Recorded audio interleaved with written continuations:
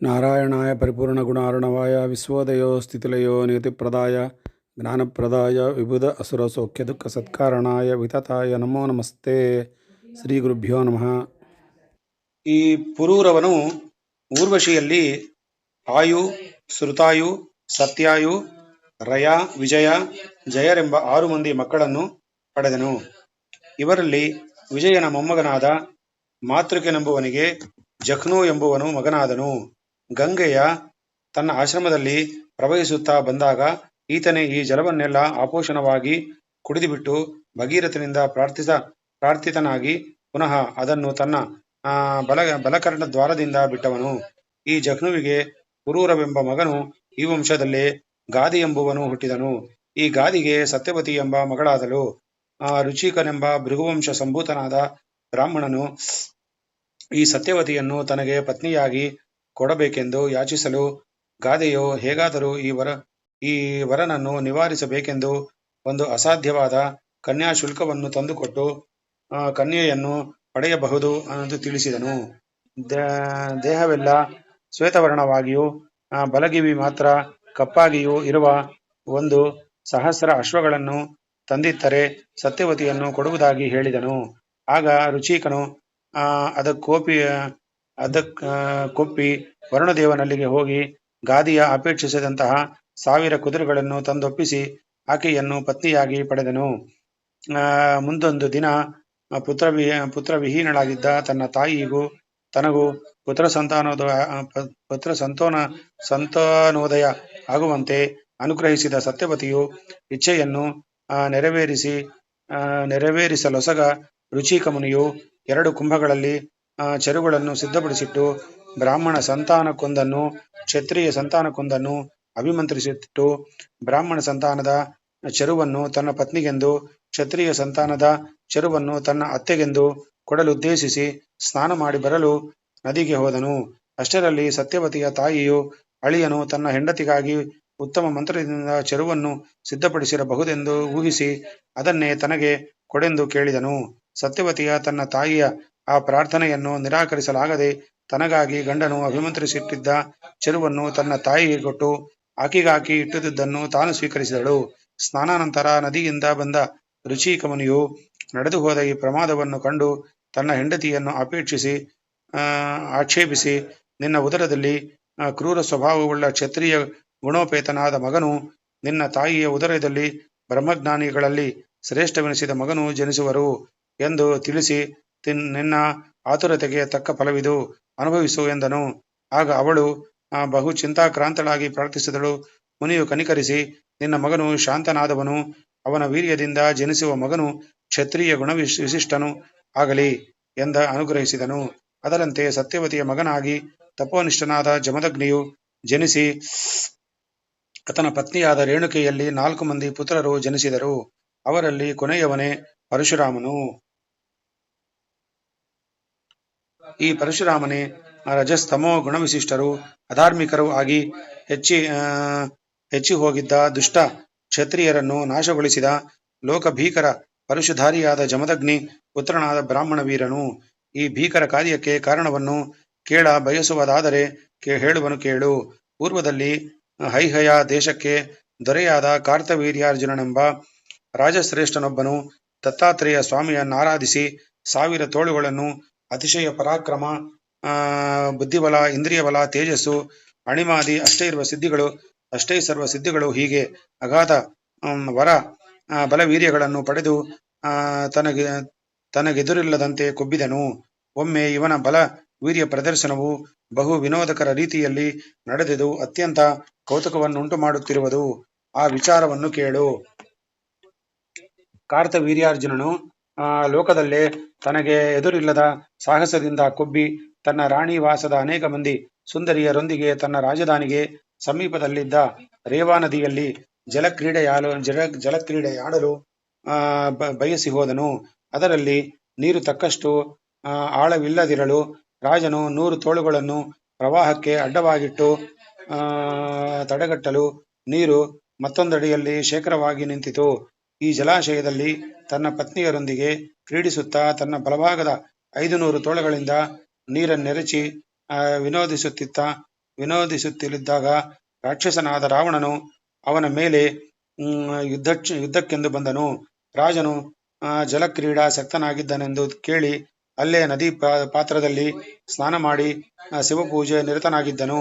ಈ ವೇಳೆಯಲ್ಲಿ ಕಾರ್ತವೀರ್ಯಾರ್ಜುನನ ತೋಳುಗಳಿಂದ ತಡೆಯಲ್ಪಟ್ಟಿದ್ದ ಜಲಪ್ರವಾಹವು ಉಕ್ಕಿರಿ ಅವನನ್ನು ಅವನ ಪಾಳೆಯ ಪೂಜಾ ಸಾಮಗ್ರಿಗಳೆಲ್ಲವನ್ನು ಕೊಚ್ಚಿಸಲು ರಾವಣನು ಕೋಪಾರೂಢ ಲೋಚನವಾಗಿ ಭಯಂಕರ ಸಿಂಹನಾದ ಮಾಡುತ್ತಾ ಅವನ ಮೇಲೆ ಯುದ್ಧಕ್ಕೆ ಬಂದನು. ಆಗ ಕಾರ್ತವೀರ್ಯಾರ್ಜುನನು ನಸುನಗುತ್ತಾ ನದಿ ಜಲದಿಂದ ಹೊರಕ್ಕೆ ಬಂದು ತನ್ನ ಸ್ತ್ರೀಯರನ್ನೆಲ್ಲ ರಾಜಧಾನಿಗೆ ಕಳುಹಿಸಿ ಆ ರಾಕ್ಷಸ ರಾಜನೊಂದಿಗೆ ಯುದ್ಧಕ್ಕೆ ತೊಡಗಿ ಕ್ಷಣ ಮಾತ್ರದಲ್ಲಿ ಅವನನ್ನು ಪರಾಭವಗೊಳಿಸಿ ತನ್ನ ರಾಜ್ಯದಲ್ಲಿ ಅನೇಕ ಕಾಲಗಳವರೆಗೆ ಸೆರೆಯಲ್ಲಿಟ್ಟಿದ್ದನು. ಇಂತಹ ಮಹಾಬಲಾಢ್ಯನಾದ ರಾಜಶೇಖರನು ಒಮ್ಮೆ ಮಾರ್ಗಾಂತರವಾಗಿ ಬಂದಾಗ ಜಮದಗ್ನಿ ಮಹರ್ಷಿಯ ಆಶ್ರಮವು ಸಿಕ್ಕಿತು. ಮಹರ್ಷಿಯು ರಾಜಾದಿರಾಜನು ಅಪ್ರಾರ್ಥಿತನಾಗಿ ತನ್ನ ಆಶ್ರಮಕ್ಕೆ ಬಂದದನ್ನು ಸಂತೋಷಪಟ್ಟು ಸ್ವರ್ಗದಲ್ಲಿದ್ದ ಕಾಮಧೇನುವನ್ನು ಕರೆತರಿಸಿ ಅದರ ಸಹಾಯದಿಂದ ರಾಜಪರಿವಾರನೆಲ್ಲೆಲ್ಲ ಮನೆದಣಿಯುವಂತೆ ಸತ್ಕರಿಸಿದನು. ರಾಜನು ಸಕಲೇಶ್ವರ್ಯ ಸಂಪನ್ನನಾದ ತನಗಿಂತಲೂ ಅಧಿಕಾಧಿಕ ರೀತಿಯಿಂದ ತಪಶಕ್ತಿ ಐಶ್ವರ್ಯ ಸಾಮರ್ಥ್ಯಗಳನ್ನು ಪಡೆದಿದ್ದ ಜಮದಗ್ನಿಯ ಮಹಿಮೆಗಾಗಿ ಸಂತೋಷಿಸದೆ ಅಸೂಯೆಗೊಂಡು ಅಷ್ಟಕ್ಕೂ ಕಾರಣವಾಗಿದ್ದ ಆ ಕಾಮಧೇನುವನ್ನು ತನಗೆ ಒಪ್ಪಿಸಬೇಕೆಂದು ಮುನಿಯನ್ನು ಕೇಳಿದನು. ಜಮದಗ್ನಿಯು ಅದು ಸ್ವರ್ಗದಲ್ಲಿರುವ ದೇವೇಂದ್ರನ ಸ್ವತ್ತು, ಅತಿಥ ಸಾತ್ಕರ್ಯಕ್ಕೆಂದು ಆತನು ಕಳುಹಿಸಿರುವ ಆ ದೇವತೆಗಳ ಸ್ವತ್ತನ್ನು ಕೊಡಲು ನನಗೆ ಶಕ್ತಿ ಇಲ್ಲವೆಂದು ತಿಳಿಸಲು ಅದನ್ನು ಬಲಪ್ರಯೋಗದಿಂದ ಹಿಡಿದು ತರಬೇಕೆಂದು ರಾಜಾಜ್ಞೆಯಾಯಿತು. ರಾಜಭಟರು ಅದರ ಕರುವನ್ನು ದೈನ್ಯದಿಂದ ಅರಚಿಕೊಂಡರೂ ಲಕ್ಷ್ಯ ಮಾಡದೆ ಹಿಡಿದುಕೊಟ್ಟು ಮಾಹಿಷ್ಮತಿ ರಾಜಧಾನಿಗೆ ಎಳೆದೊಯ್ದರು. ಇದಾದ ಸ್ವಲ್ಪ ಹೊತ್ತಿನೊಳಗಾಗಿ ಆಶ್ರಮಕ್ಕೆ ಬಂದ ಪರಶುರಾಮನಿಗೆ ರಾಜಭಟರು ನಡೆಸಿಹೋದ ಈ ದೌರ್ಜನ್ಯ ವೃತ್ತಾಂತವು ತಿಳಿದು ದೇಹ ರಕ್ತವು ಕುದಿದು ಹೋಯಿತು. ಮಹದಾಕ್ರೋಶ ಉಂಟಾಯಿತು. ಒಡನೆಯೇ ಯುದ್ಧ ಕವಚವನ್ನು ತೊಟ್ಟು ಬಿಲ್ಲು ಬಾಣಗಳನ್ನು ಗಂಡು ಗೊಡಲಿಯನ್ನು ಧರಿಸಿ ಗಜರಾಜನನ್ನು ಬೆನ್ನಟ್ಟುವ ಸಿಂಹದಂತೆ ಕಾರ್ತವೀರ್ಯಾರ್ಜುನನ್ನು ಬೆನ್ನಟ್ಟಿದನು.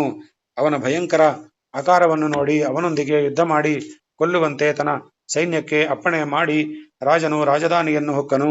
ಇತ್ತ ಪರಶುರಾಮನು ರಾಜನ ಚತುರಂಗ ಸೈನ್ಯವನ್ನು ಏಕಾಂಗಿಯಾಗಿ ಎದುರಿಸಿ ತನ್ನ ಗಂಡುಗೊಡಲಿಯ ಪ್ರಹಾರದಿಂದ ಹಸ್ತಿ, ಅಶ್ವ, ರಥ, ಪದಾತಿಗಳ ಅಸಂಖ್ಯ ಸೈನ್ಯವನ್ನು ಸಂಹರಿಸಿ ರಕ್ತ ಪ್ರವಾಹವನ್ನು ಹರಿಸಿದನು. ಏಕಾಕಿಯಾದ ಬ್ರಾಹ್ಮಣನೊಬ್ಬನಿಂದ ತನ್ನ ಸೈನ್ಯಕ್ಕಾದ ಪರಾಭವವನ್ನು ಕೇಳಿ ಕಾರ್ತವೀರ್ಯಾರ್ಜುನನು ಕೋಪಾಕ್ರಾಂತನಾಗಿ ಮೇಲೇರಿ ತನ್ನ 500 ತೋಳುಗಳಿಂದಲೂ ಬಾಣಗಳನ್ನು ಬಿಡುತ್ತಾ ಎದುರಿಸಿ ಬರಲು ಧನುರ್ವೇದಾಚಾರ್ಯನಾದ ಪರಶುರಾಮನು ಆ ಬಾಣಗಳನ್ನೆಲ್ಲ ತನ್ನ ಪ್ರತಿಬಾಣಗಳಿಂದ ಮಾರ್ಗ ಮಧ್ಯದಲ್ಲೇ ಖಂಡಿಸುತ್ತಾ ರೋಷೋನ್ಮತ್ತನಾಗಿ ನುಗ್ಗಿ ಬರುತ್ತಿದ್ದ ಕಾರ್ತವೀರ್ಯಾರ್ಜುನನ್ನು ಹಂಗಿಸುತ್ತಾ ತನ್ನ ಗಂಡುಗೊಡಲಿಯ ತೀವ್ರ ಧಾರೆಯಿಂದ ಅವನ ಎಡಬಲ ಭಾಗಗಳ 500 ತೋಳುಗಳನ್ನು ಕೊಚ್ಚಿ ಕಡಹಿ ಪರ್ವತ ಶಿಖರವನ್ನು ಸಿಡಿಲ ಧಾರೆಯಿಂದ ಉರುಳಿಸುವಂತೆ ಅವನ ತಲೆಯನ್ನು ಕಡೆದು ನೆಲಕ್ಕುರುಳಿಸಿದನು. ಲೋಕ ಭಯಂಕರ ಪರಾಕ್ರಮ ದುರ್ಯನಾದ ಕಾರ್ತವೀರ್ಯಾರ್ಜುನನ ಮರಣವಾರ್ತೆಯು ಎಲ್ಲರಿಗೂ ಪರಮಾಶ್ಚರ್ಯವನ್ನು ಉಂಟುಮಾಡಿತು. ಹರಿಭಯಂಕರನಾಗಿದ್ದ ತಮ್ಮ ತಂದೆಯ ಮರಣವಾದುದನ್ನು ಕಂಡು ಅವನ 10,000 ಮಂದಿ ಮಕ್ಕಳು ನಡುಗಿ ಕಾಮಧೇನು, ನಂದಿನಿ ಧೇನುಗಳನ್ನು ತಂದು ಪರಶುರಾಮನಿಗೊಪ್ಪಿಸಿ ದಿಕ್ಕಾಪಾಲಾಗಿ ಓಡಿಹೋದರು. ಪರಶುರಾಮನು ತನ್ನ ತಂದೆಯ ಬಳಿಗೆ ಕಾಮಧೇನುವನ್ನು ಅದರ ಕರುವನ್ನು ತಂದೊಪ್ಪಿಸಿ ಆ ದುಷ್ಟರಾಜನ ವಿಷಯದಲ್ಲಿ ತಾನೆಸಗಿದ ಕೃತ್ಯಗಳನ್ನು ವಿವರಿಸಿದನು. ಅದನ್ನು ಕೇಳಿ ಜಮದಗ್ನಿ ಮುನೀಶ್ವರರು, ಪುತ್ರ ವೀರರಾಮ, ನೀನು ಜಗತ್ ಪ್ರಸಿದ್ಧನೂ ಜಗದೇಕ ವೀರನೂ ಆದ ಕಾರ್ತವೀರ್ಯಾರ್ಜುನನ್ನು ಏಕಾಂಗಿಯಾಗಿ ಎದುರಿಸಿ ಸಂಹರಿಸಿದುದು ವೀರರು ಮೆಚ್ಚತಕ್ಕ ಶ್ಲಾಘಾರ್ಹವಾದ ಕಾರ್ಯವೇ ಸರಿ. ಆದರೆ ಬ್ರಾಹ್ಮಣರಾದ ನಾವು ಮೂರ್ಧಾಭಿಷಿಕ್ತನಾದ ರಾಜನನ್ನು ವಧಿಸುವುದು ಯುಕ್ತವಲ್ಲ. ನೀನು ಬ್ರಹ್ಮಹತ್ಯೆಗಿಂತಲೂ ಮಿಗಿಲಾದ ದಾರುಣ ಪಾಪ ಕಾರ್ಯವನ್ನೆಸಗಿದೆ. ಪಟ್ಟಾಭಿಷಿಕ್ತನಾದ ರಾಜನು ಸಕಲ ದೇವತಾ ಸ್ವರೂಪ ನೆನೆಸಿಕೊಂಡು ಪೂಜನೀಯನಾಗಿರುವನು. ನನ್ನ ದೃಷ್ಟಿಯಲ್ಲಿ ಈ ಕಾರ್ಯವು ಮಹಾಪಾಪ ಸಾಧಕವೆಂಬಂತಿದೆ. ಇದು ಪರಿಹಾರವಾಗಲು ನೀನು ಭಗವದ್ಭಕ್ತ ಸತ್ಪರನಾಗಿ ತೀರ್ಥಯಾತ್ರೆ ಮಾಡುವುದು ಅವಶ್ಯಕ ಎಂದು ನುಡಿದನು. ಪಿತೃಭಕ್ತನಾದ ಪರಶುರಾಮನು ಪ್ರತಿ ಮಾತನಾಡದೆ 1 ವರ್ಷ ಕಾಲ ಭಾರತ ದೇಶದ ಸಕಲ ಪುಣ್ಯಕ್ಷೇತ್ರಗಳಲ್ಲೂ ಸಂಚರಿಸಿ ಆಶ್ರಮಕ್ಕೆ ಬಂದನು. ಮುಂದೆ ಇದಕ್ಕಿಂತಲೂ ದಾರುಣವಾದ ಮತ್ತೊಂದು ಕಾರ್ಯವು ಆತನಿಂದ ನಡೆಯಲು ಕಾದಿತ್ತು. ಒಂದು ದಿನ ಆತನ ತಾಯಿಯಾದ ರೇಣುಕಾದೇವಿಯು ಜಲ ಸಂಗ್ರಹಣಕ್ಕಾಗಿ ಗಂಗಾ ನದಿಗೆ ಹೋಗಿದ್ದಳು. ಆಗ ಅಲ್ಲಿಗೆ ಚಿತ್ರರಥನೆಂಬ ಗಂಧರ್ವರಾಜನು ತನ್ನ ಸ್ತ್ರೀ ಜನರೊಂದಿಗೆ ಜಲಕ್ರೀಡೆಗಾಗಿ ಬಂದಿದ್ದನು. ತಾಪಸಿಯಾಗಿದ್ದ ರೇಣುಕೆಯು ಲೋಕಮೋಹಕ ಸುಂದರಾಕಾರನಾಗಿದ್ದ ಆ ಗಂಧರ್ವರಾಜನನ್ನು, ಆತನು ಧರಿಸಿದ್ದ ವಿಚಿತ್ರ ವೇಷಭೂಷಣಗಳನ್ನು, ಪುಷ್ಪಮಾಲಿಕೆ ಮುಂತಾದ ಸೌಂದರ್ಯ ಸಾಧನಗಳನ್ನು ನೋಡಿ ಮುಗ್ಧಳಂತಾಗಿ ಆಶ್ರಮದಲ್ಲಿನ ಕಾರ್ಯಗಳು, ಹೋಮಕಾಲ ಮುಂತಾದವನ್ನು ಮರೆತು ಅಲ್ಲೇ ನಿಂತುಬಿಟ್ಟಿದ್ದಳು. ಸ್ವಲ್ಪ ಹೊತ್ತಿನೊಳಗಾಗಿಯೇ ಆಶ್ರಮದ ನೆನಪುಂಟಾಯಿತು. ಒಡನೆ ನಡುನಡುಗಿ ತನ್ನ ಪತಿದೇವನಲ್ಲಿ ಕೋಪಿಸುವನು ಎಂದುಕೊಂಡು ಪಾತ್ರೆಯಲ್ಲಿ ನೀರು ತುಂಬಿಕೊಂಡು ಆದಷ್ಟು ಶೀಘ್ರವಾಗಿ ಆಶ್ರಮಕ್ಕೆ ಬಂದು ಜಲಪಾತ್ರೆಯನ್ನು ಪತಿ ಸನ್ನಿಧಿಯಲ್ಲಿಟ್ಟು ಶಾಪ ಭಯದಿಂದ ತತ್ತಳಿಸುತ್ತಾ ಕೈ ಮುಗಿದುಕೊಂಡು ನಿಂತಿದ್ದಳು. ಜಮದಗ್ನಿ ಮಹರ್ಷಿಯು ತನ್ನ ಧ್ಯಾನ ದೃಷ್ಟಿಯಿಂದ ಅವಳು ಗಂಧರ್ವನ ವಿಷಯದಲ್ಲಿ ಹೊಂದಿದ್ದ ಮನಶ್ಚಾಂಚಲ್ಯವನ್ನು ಅರಿತು ತನ್ನ ಮಕ್ಕಳನ್ನು ಕರೆದು, ಎಲೈ ಪಾಪಬುದ್ಧಿಯವಳಾದ ಇವಳನ್ನು ಈಗಲೇ ಕೊಲ್ಲಿರಿ ಎಂದು ಆಜ್ಞಾಪಿಸಿದನು. ಹೆತ್ತ ತಾಯಿಯನ್ನು ಕೊಲ್ಲಲು ಅವರ ಮಕ್ಕಳಲ್ಲಿ ಯಾರೂ ಮುಂದಾಗಲಿಲ್ಲ. ಆಗ ಆ ಮುನೀಶ್ವರನು ಮತ್ತಷ್ಟು ಕೋಪಗೊಂಡು ಆ ವೇಳೆಗೆ ಅಲ್ಲಿಗೆ ಬಂದಿದ್ದ ಪರಶುರಾಮನನ್ನು ಕರೆದು, ರಾಮ, ಪಾಪಾತ್ಮಳಾದ ಈ ನಿನ್ನ ತಾಯಿಯನ್ನು, ಅವಿಧೇಯರಾದ ಈ ಸಹೋದರರನ್ನು ಈಗಲೇ ಕೊಲ್ಲು ಎಂದು ನೇಮಿಸಿದನು.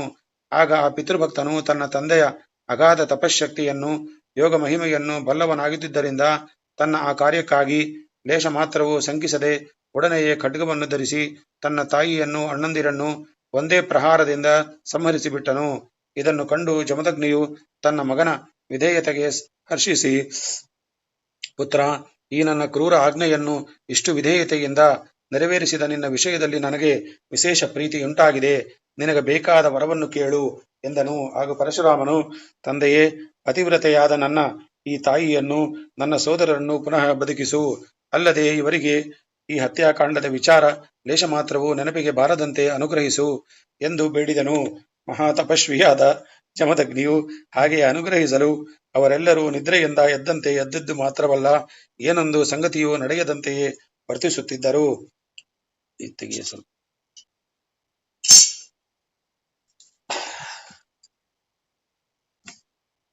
ರಾಜೇಂದ್ರ, ಪರಶುರಾಮನಿಂದ ನಡೆದ ಹತ್ಯಾಕಾಂಡವು ಇದಕ್ಕಿಂತಲೂ ಭೀಷಣವಾದುದು. ಈ ವೃತ್ತಾಂತವನ್ನು ಕೇಳು. ಕಾರ್ತವೀರ್ಯಾರ್ಜುನನು ಹತನಾದ ಮೇಲೆ ಅವನ ಮಕ್ಕಳೆಲ್ಲರೂ ಪರಶುರಾಮನ ಭೀತಿಯಿಂದ ಓಡಿ ಹೋಗಿದ್ದರಷ್ಟೇ. ಕೆಲವು ಕಾಲದ ಮೇಲೆ ಅವರೆಲ್ಲರೂ ಒಂದೆಡೆ ಕಲೆತು ತಮ್ಮ ತಂದೆಯ ಮರಣ ವೃತ್ತಾಂತವನ್ನು ನೆನೆಸಿಕೊಂಡು ವ್ಯಥಪಟ್ಟು ಅವನ ಕೊಲೆಯ ಪ್ರತಿಕ್ರಿಯೆಗಾಗಿ ಆಶ್ರಮದಲ್ಲಿದ್ದ ವೃದ್ಧ ಮುನಿಯನ್ನು ಕೊಲ್ಲಬೇಕೆಂದು ಸಂಕಲ್ಪಿಸಿದರು. ಮುಂದೊಮ್ಮೆ ಪರಶುರಾಮನು ಅವನ ಸೋದರರು ಆಶ್ರಮದಿಂದ ಹೊರಗೆ ಹೋಗಿದ್ದ ಸಂದರ್ಭವನ್ನು ಕಾದಿದ್ದು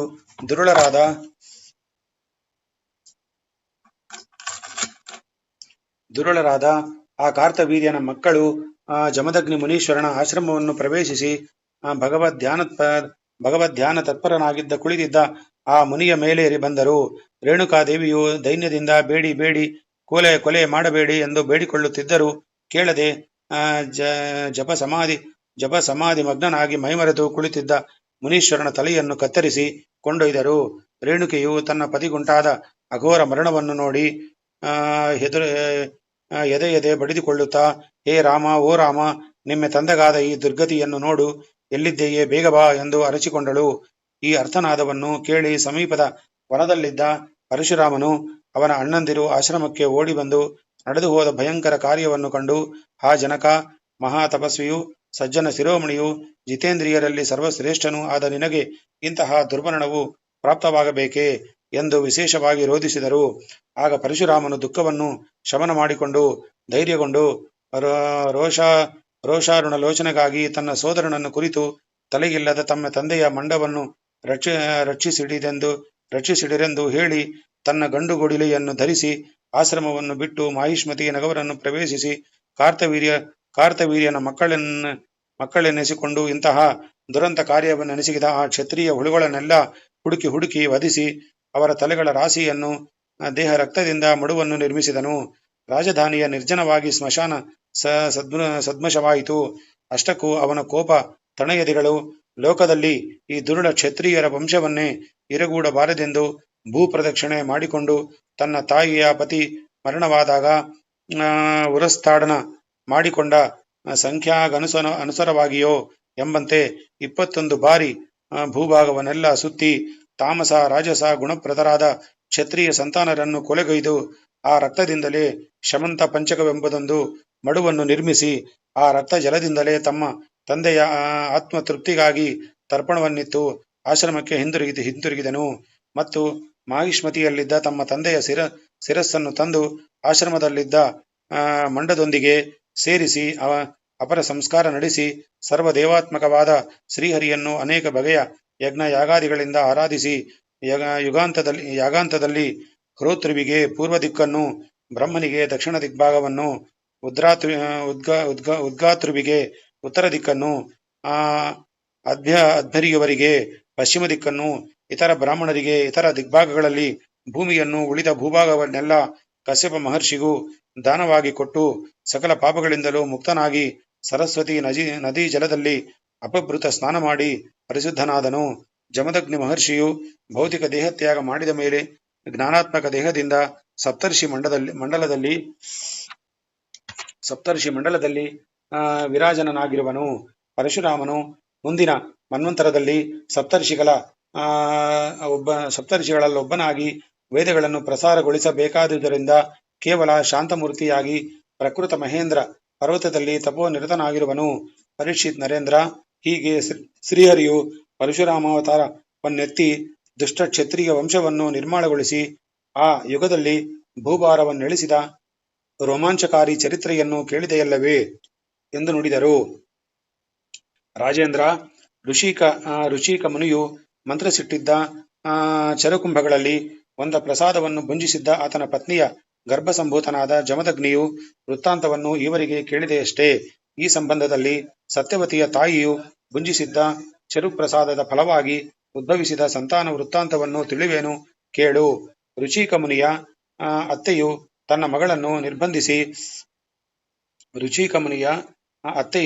ತನ್ನ ಮಗಳನ್ನು ನಿರ್ಬಂಧಿಸಿ ಬ್ರಹ್ಮಮಂತ್ರ ಪೂರಿತವಾದ ಹವಿಸ್ಸನ್ನು ಭುಂಜಿಸಿದಳಷ್ಟೇ. ಅವಳ ಉದರದಲ್ಲೂ ಅಗಾಧ ತೇಜಸ್ವಿಯಾದ ಗಾಧಿ ಎಂಬ ಪುತ್ರನುದ್ಭವಿಸಿದನು. ಈತನು ಕೆಲಕಾಲ ಮಹಾಪ್ರತಾಪಶಾಲಿಯಾದ ರಾಜಾದಿರಾಜನಾಗಿದ್ದರೂ ಮುಂದೆ ಕಾರಣಾಂತರದಿಂದ ವಸಿಷ್ಠ ಮಹರ್ಷಿಗಳೊಂದಿಗೆ ಉಂಟಾದ ಮನಸ್ತಾಪ ಫಲವಾಗಿ ರಾಜ್ಯಕೋಶಾದಿಗಳನ್ನೆಲ್ಲ ತ್ಯಜಿಸಿ ಲೋಕದಲ್ಲಿ ಮತ್ಯಾರಿಗೂ ಸಾಧ್ಯವಿಲ್ಲವೆಂಬಂತಹ ಅತ್ಯುಗ್ರ ತಪವನ್ನು ಆಚರಿಸಿ ಬ್ರಹ್ಮದೇವನನ್ನು ಮೆಚ್ಚಿಸಿ ಬ್ರಾಹ್ಮಣತ್ವವನ್ನು ಗಳಿಸಿದನು. ಕ್ಷತ್ರಿಯ ಕುಲ ಸಂಭವನಾಗಿದ್ದರೂ ತಪಃಫಲವಾಗಿ ಬ್ರಾಹ್ಮಣವನ್ನು ಪಡೆದುದಕ್ಕೆ ಬ್ರಹ್ಮಮಂತ್ರ ಪೂರಿತವಾದ ಹವಸ್ಸಿನ ಮಹಿಮೆಯೇ ಕಾರಣವು. ಹೀಗೆ ತಪಸ್ಸಿನಲ್ಲಿ ನಿರತನಾಗಿದ್ದಾಗಲೇ ಈ ವಿಶ್ವಾಮಿತ್ರ ಮಹರ್ಷಿಯಿಂದ ಬ್ರಹ್ಮಸೃಷ್ಟಿಗೆ ಪ್ರತಿಯಾಗಿ ಪುನಃ ಸೃಷ್ಟಿ ಕಾರ್ಯ ಸಹ ನಡೆದು ಇಂದ್ರಾದಿ ದೇವತೆಗಳೆಲ್ಲ ಈತನ ತಪೋ ಮಹಿಮೆಗೂ ಈತನು ತತ್ಫಲವಾಗಿ ಗಳಿಸಿದ ಅಗಾಧ ಶಕ್ತಿ ಸಾಮರ್ಥ್ಯಗಳಿಗೂ ನಡುಗಿ ಹೋದರು. ಈತನಿಗೆ 100 ಮಂದಿ ಮಕ್ಕಳು. ಅವರಲ್ಲಿ ಮಧ್ಯಮನಾದ ಮಧುಚ್ಛಂದ ನೆಂಬುವನೇ ಸರ್ವಶ್ರೇಷ್ಠ ನೆನೆಸಿಕೊಂಡುದರಿಂದ ಮಿಕ್ಕವರೆಲ್ಲರೂ ಆ ಹೆಸರಿನಿಂದಲೇ ಪ್ರಸಿದ್ಧರಾದರು. ಒಮ್ಮೆ ಹರಿಶ್ಚಂದ್ರ ಭೂಪತಿಯು ಜಲೋದರ ನಿವಾರಣೆಗಾಗಿ ನರಬಲಿಪಶುವನ್ನು ಬಲಿಯಿತ್ತು ಯಜ್ಞ ಮಾಡಬೇಕೆಂಬ ಅವಶ್ಯಕತೆಯಾದಗಲು ಅವನ ಮಗ ರೋಹಿತಾಶ್ವನು ಭೃಗುವಂಶೋತ್ಪನ್ನವಾದ ಅಜೀಗರ್ತನೆಂಬುವನ ಮಧ್ಯಮ ಮಗನಾದ ಸುನಸ್ಯೇಫನೆಂಬುವನ್ನು ಬೆಲೆಗೆ ಪಡೆದು ವಿಶ್ವಾಮಿತ್ರನ ಆಶ್ರಮ ಮಾರ್ಗವಾಗಿ ಸಂಚರಿಸುತ್ತಿದ್ದನು. ಆ ಬಾಲಕನು ತನ್ನ ದುರ್ವಿಧಿಗಾಗಿ ನೊಂದು ವ್ಯಸನಾಕ್ರಾಂತನಾಗಿ ಹೋಗುತ್ತಿದ್ದುದರ ಕಾರಣವನ್ನರಿತು ವಿಶ್ವಾಮಿತ್ರನು ಅವನನ್ನು ಬಳಿಗೆ ಕರೆದು ಅವನಿಗೆ 2 ಮಂತ್ರಗಳನ್ನು ಉಪದೇಶಿಸಿ ಯಾಗಭೂಮಿಯಲ್ಲಿ ಯಾವ ಸ್ತಂಭಕ್ಕೆ ಕಟ್ಟಿದಾಗ ಆ ಮಂತ್ರಗಳನ್ನು ಪುನಶ್ಚರಣೆ ಮಾಡಿಕೊಳ್ಳುತ್ತಿರೆಂದು ಹೇಳಿದ್ದನು. ಆ ಸುನಸೇಗನ ಮೇಲೆ ವಿಶ್ವಾಮಿತ್ರನಿಗೆ ಅತಿಶಯ ಪ್ರೇಮ ಉಂಟಾಗಿ ಅವನನ್ನೇ ತನ್ನ ಮಕ್ಕಳಲ್ಲೆಲ್ಲ ಹಿರಿಯನನ್ನಾಗಿ ಭಾವಿಸಿ ಎಲ್ಲರೂ ಗೌರವಿಸಬೇಕೆಂಬುದಾಗಿ ಹೇಳಿದನು. ಮಧುಚ್ಛೇದನೆಂದಿಗಿಂತಲೂ ಹಿರಿಯರಾದ 50 ಮಂದಿ ಅದಕ್ಕೆ ಒಪ್ಪದಿರಲು ಅವರೆಲ್ಲರನ್ನೂ ಮ್ಲೇಚ್ಛರಾಗಿ ಹೋಗಿರೆಂದು ಶಪಿಸಿಬಿಟ್ಟನು. ಮಿಕ್ಕ 50 ಮಂದಿ ಕಿರಿಯರು ಸುನಸ್ಲೇಗವನ್ನೇ ತಮ್ಮ ಹಿರಿಯರನ್ನಾಗಿ ಗೌರವಿಸುತ್ತಿದ್ದರು. ಆ ವೇಳೆಗೆ ಯಾಗಭೂಮಿಯಲ್ಲಿ ಯಾವ ಸ್ತಂಭಕ್ಕೆ ಕಟ್ಟಲ್ಪಟ್ಟು ವಧಿಗೆ ಸಿದ್ಧನಾದಾಗಲೂ ಅವನು ಜಪಿಸುತ್ತಿದ್ದ ಮಂತ್ರಗಳಿಂದ ಸುಪ್ರೀತರಾದ ದೇವತೆಗಳು ಅವನಿಗೆ ಪ್ರಾಣದಾನ ಮಾಡಿದುದರಿಂದ ಅವನು ಯಾಗ ಪಶುವಾಗಿ ವಧೆಯಾಗದೆ ಉಳಿದು ವಿಶ್ವಾಮಿತ್ರರ ಆಶ್ರಮಕ್ಕೆ ಬಂದನು. ಮಹರ್ಷಿಯ ಬಹು ಸಂತೋಷದಿಂದ ಅವನನ್ನು ತನ್ನ ಪುತ್ರನಾಗಿಯೇ ಸ್ವೀಕರಿಸಿ ತನ್ನ ಮಿಕ್ಕ 50 ಮಕ್ಕಳಲ್ಲಿ ಹಿರಿಯರನ್ನಾಗಿಯೂ ಕೌಶಿಕ ವಂಶದಲ್ಲೊಬ್ಬನಾಗಿಯೂ ಪರಿಗಣಿಸಿ ಎಲ್ಲರೂ ಶ್ರೇಯೋವಂತರಾಗಿರೆಂದು ಆಶೀರ್ವದಿಸಿದರು. ಹೀಗೆ ಮಂತ್ರಪೂರಿತ ಚರುಪ್ರಸಾದರಿಂದ ಸಂಜನಿಸಿದ ಪರಶುರಾಮ ವಿಶ್ವಾಮಿತ್ರರಿಬ್ಬರು ಮಹಿರ್ಷಿ ವೃಂದದಲ್ಲೇ ಅದ್ವಿತೀಯ ಪ್ರತಿಭಾಶಾಲಿಗಳಾಗಿ ವಿರಾಜಿಸಿದರು. ಪುರೂರವನ ಮಕ್ಕಳಲ್ಲಿ ಆಯವೆಂಬುವನು ಹಿರಿಯ. ಇವನಿಗೆ ನಹುಷ, ಕ್ಷೇತ್ರವೃದ್ಧ ಮುಂತಾದ 5 ಮಂದಿ ಮಕ್ಕಳಾದರು. ಇವರ ಪುತ್ರ ಪಾರಂಪರೆಯಲ್ಲಿ ಧನ್ವಂತರಿ, ಕಮಲಾಯಾಶ್ವ, ಅಲರ್ಕ ಮುಂತಾದ ಪುರಾಣ ಪ್ರಸಿದ್ಧರಾದ ಅನೇಕ ಮಂದಿ ರಾಜರು ಜನಿಸಿ ರಾಜ್ಯಾಧಿಪತ್ಯ ಮಾಡಿದರು. ಅದರಲ್ಲಿ ಪ್ರಸಿದ್ಧನಾಗಿ ಇಂದ್ರ ಪದವಿಯನ್ನು ಪಡೆದ ನಹುಷನು ದುಷ್ಕರ್ಮವಶನಾಗಿ ಇಂದ್ರಪತ್ನಿ ಶಚೀದೇವಿಯನ್ನು ಬಯಸಿ ಸಪ್ತರ್ಷಿಗಳ ಶಾಪಕ್ಕೆ ಗುರಿಯಾಗಿ ಅಜಗರ ಸರ್ಪನಾಗಿ ಸ್ವರ್ಗ ಪದವಿಯಿಂದ ಉರುಳಿ ಹೋದನು. ಈ ನಹುಷನು ಪಡೆದ 6 ಮಂದಿ ಮಕ್ಕಳಲ್ಲಿ ಯಯಾತಿಯ ಚರಿತ್ರೆಯು ಉಲ್ಲೇಖನೀಯವಾದುದು. ಈತನು ದೈತ್ಯಗುರು ಶುಕ್ರಾಚಾರ್ಯರ ಮಗಳಾದ ದೇವಯಾನಿಯನ್ನು, ದೈತ್ಯರಾಜನಾದ ವೃಷಪರ್ವನ ಮಗಳಾದ ಶರ್ಮಿಷ್ಠೆಯನ್ನು ಲಗ್ನವಾದನು. ಕ್ಷತ್ರಿಯ ರಾಜನಾದ ಯಯಾತಿಯು ಬ್ರಾಹ್ಮಣ ಪುತ್ರಿಯಾದ ದೇವಯಾನಿಯನ್ನು ವಿವಾಹವಾದ ಈ ವೃತ್ತಾಂತವು ನಿನಗೆ ಕೌತುಕವನ್ನುಂಟು ಮಾಡಬಹುದು. ಇದಕ್ಕೆ ಒಂದು ಕಾರಣವುಂಟು. ಹಿಂದೆ ದೇವಗುರು ಬೃಹಸ್ಪತಿಯ ಪುತ್ರನಾದ ಕಚನೆಂಬುವನು ಶುಕ್ರಾಚಾರ್ಯರಲ್ಲಿದ್ದ ಮೃತ ಸಂಜೀವನಿ ವಿದ್ಯೆಯನ್ನು ಸಂಗ್ರಹಿಸುವುದಕ್ಕಾಗಿ ಅವರಲ್ಲಿ ಬಂದು ಆಶ್ರಯ ಮಾಡಿದ್ದನು. ಸಮವಯಸ್ಕರಾದ ಕಚ ಮತ್ತು ದೇವಯಾನೆಯರಲ್ಲಿ ಸ್ನೇಹ, ಪ್ರೇಮ, ವಿಶ್ವಾಸಗಳು ದಿನದಿನಕ್ಕೆ ವೃದ್ಧಿಗೊಳ್ಳುತ್ತಾ ಶುಕ್ರಪುತ್ರಿಯ ಅವನನ್ನೇ ತನ್ನ ರಮಣನ್ನಾಗಿ ಪಡೆಯಬೇಕೆಂದು ಇಚ್ಛಿಸಿದಳು. ಆದರೆ ಕಚನು ಮಾತ್ರ ಆ ಗುರುಪುತ್ರಿಯರನ್ನು ಸೋದರ ಭಾವದಿಂದಲೇ ಗೌರವಿಸಿ ಪ್ರೀತಿಸುತ್ತಿದ್ದನು. ಹೀಗೆಯೇ ಕೆಲಕಾಲ ನಡೆದು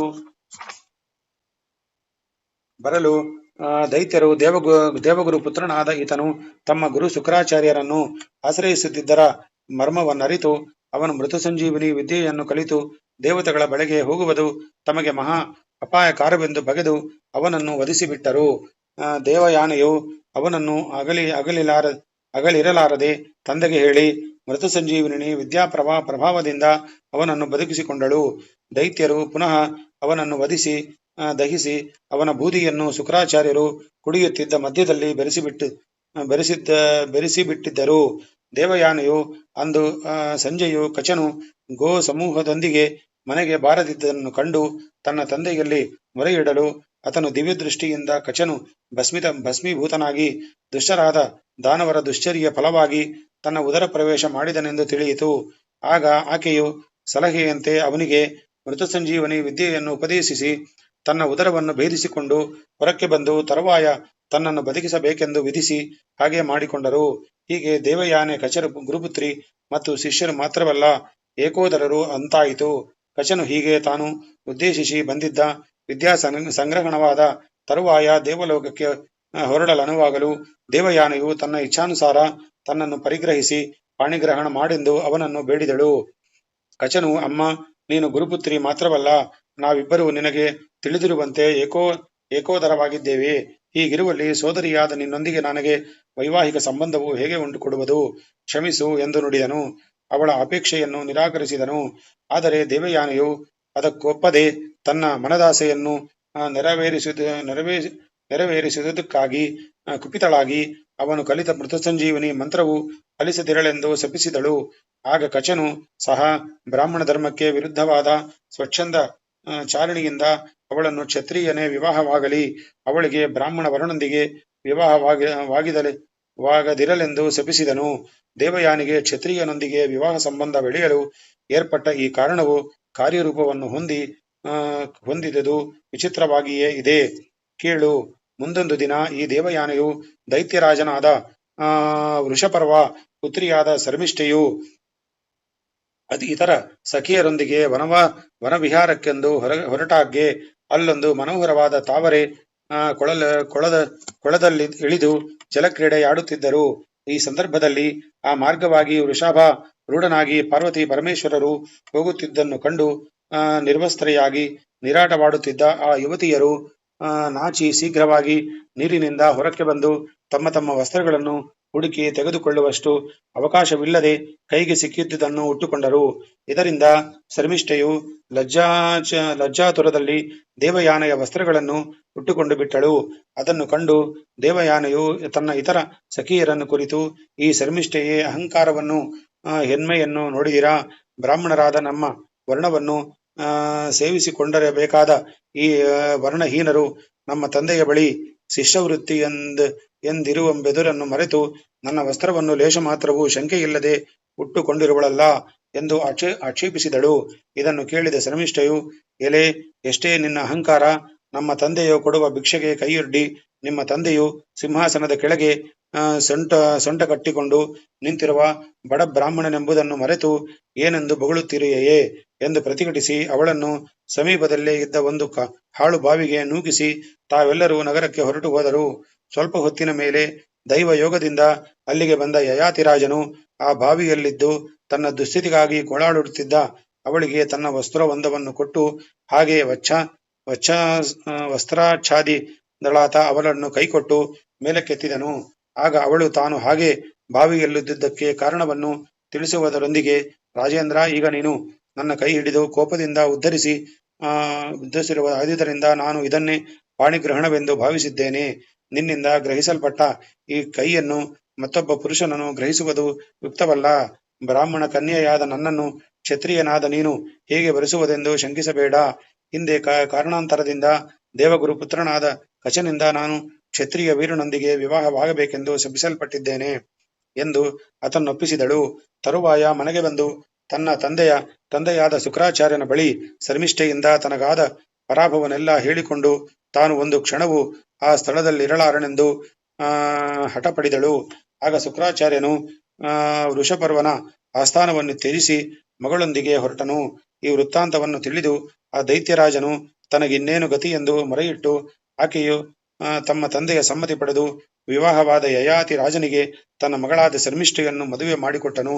ಅಲ್ಲದೆ ಆಕೆಗೆ ಸಮಾನಳಾದ ರಾಜಪತ್ನಿಯಾಗಿದ್ದರೂ ಶರ್ಮಿಷ್ಠೆಯು ದಾಂಪತ್ಯ ಸುಖವನ್ನು ಅಪೇಕ್ಷಿಸದೆಯೇ ಆಕೆಗೆ ದಾಸಿಯಾಗಿ ಸೇವೆ ಮಾಡಿಕೊಂಡು ಕಾಲಯಾಪನೆ ಮಾಡಿಕೊಂಡಿರಬೇಕು ಎಂಬ ನಿರ್ಬಂಧನೆ ಒಳಪಡಿಸಿ ತನ್ನ ಮಗಳಾದ ಶರ್ಮಿಷ್ಠೆಯನ್ನು ದುಃಖದಿಂದ ಪತಿಗೃಹಕ್ಕೆ ಕಳುಹಿಸಿದನು. ಶ್ರೀಕೃಷ್ಣಾರ್ಪಣಮಸ್ತು.